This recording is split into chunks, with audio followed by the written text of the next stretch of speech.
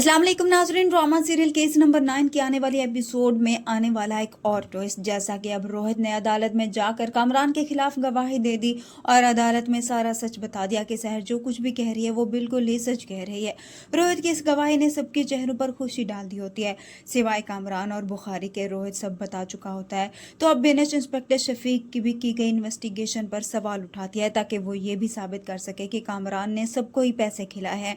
अदालत की इजाजत के बाद बेनच रोहित से कहती है कि क्या इंस्पेक्टर शफीक ने आपसे तफ्तीश कामरान के घर पर की थी? तो रोहित अब सच बताते हुए कहेगा कि नहीं, मुझसे कोई तफ्तीश नहीं की गई, बल्कि मुझे कामरान ने आकर बताया कि उसने खुद ही मेरा बयान रिकॉर्ड करा लिया है और इस बारे में मुझे फिक्र करने की कोई ज़रूरत नहीं है क्योंकि उसने इंस्पेक्टर शफीक को पैसे देकर सब कुछ ही अपने मुताबिक करा लिया है।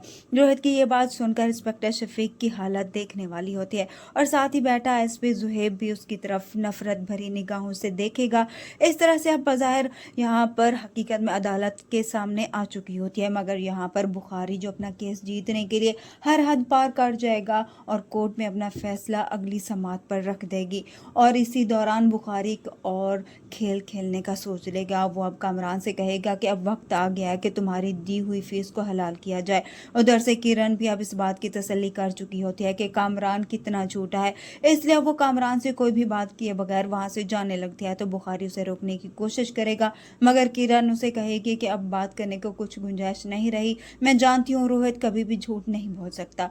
ये कहकर किरण तो चली जाएगी और कामरान देखता ही रह जाएगा।